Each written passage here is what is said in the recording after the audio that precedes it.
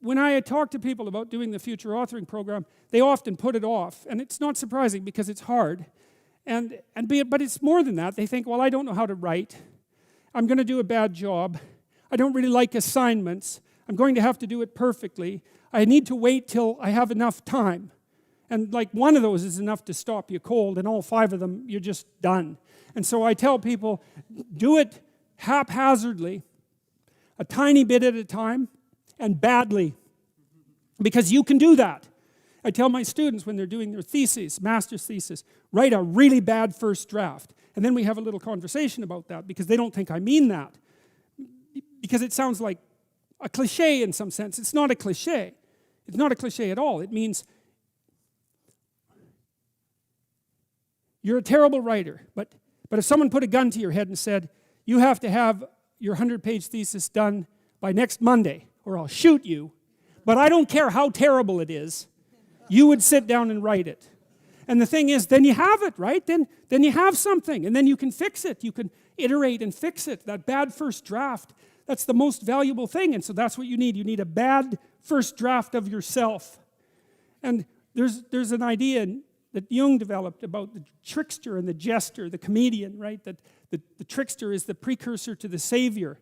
That's one of the things I learned from Jung that was just, it's so unlikely. You'd never think that. It's so amazing that might be the case. But the satirical and the ironic and the troublemaker, the comedian, the fool is the precursor to the savior. Why? Because you're a fool when you start something new. And so if you're not willing to be a fool, then you'll never start anything new. And if you never start anything new, then you won't develop. And so the willingness to be a fool is the precursor to transformation. And that's the same as humility. And so if you're going to write your destiny, you can do a bad first job. You're going to get smarter as you move forward. That's the thing, is that, so something beckons to you. That's what happens here. Maybe the star that Geppetto wished on was the wrong damn star.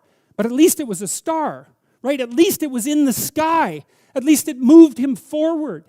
And so you say in your life, well, something grips you and fills you with interest. And you think, well, should I do that? And the answer is, if not that, then something. What if it's a mistake? It's a mistake. Rest assured. What do you know? You're going to stumble around, right? And what's going to happen is this. You're going to not stay in stasis. You're not going to wander around in circles. And I see people like that. They said, well, I never knew what to do, and now I'm 40. It's like, that's not so good. That's not so good. And you might say, well, and there is a literature, too, that suggests that people are a lot more unhappy when they look back on their lives about the things they didn't do than they are about the mistakes they made while they were doing things. And so that's really worth thinking about, too, because there's redemptive mistakes.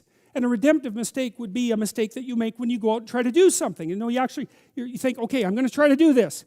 When you're not good at it, you make a bunch of mistakes. It's like, what's the consequence? If you pay attention, is you're not quite so stupid anymore. That's the thing, is you've been informed by the results of your errors. And so what happens is you follow the beacon, you follow the light. And you're blind, so you don't know where the light is. It's dimly apprehended only, and you're afraid to follow it. But you decide to take some stumbling steps towards it. And as you take stumbling steps towards it, you become illuminated and enlightened and informed because of the nature of your experience, because you're pushing yourself beyond where you are, and you're going into the country that you have not yet been in, and you learn something. And so what happens then is the star moves. You move 10 feet towards it, and you think, no, that's not right. I didn't get it right. It isn't there. It's actually there. And so then you see it somewhere else, and you shift yourself slightly, and you move forward. And that's what happens, is that you continue as you change. The thing that guides you forward moves, right? It's like God in the desert in Egypt. The pillar of light that you're following, it's moving. It's not a permanent thing. You move towards it, it moves away, it guides you forward. And so you say, well, is what I'm aiming at paradise itself? And the answer to that is no, because what do you know? You couldn't see paradise if it was right in front of you, but you might get a glimmer of it. And so you move towards it, and you grow. And then the next time you open your eyes, you see a little bit more clearly. And that's what happens, is that just happens over and over, right? It keeps moving. And so you move like this.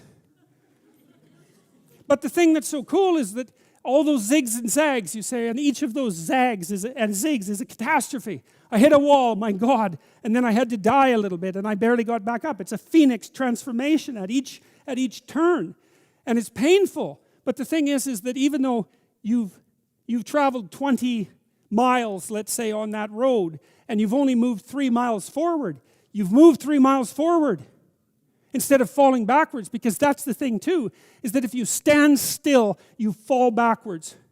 You cannot stand still, because the world moves away from you if you stand still.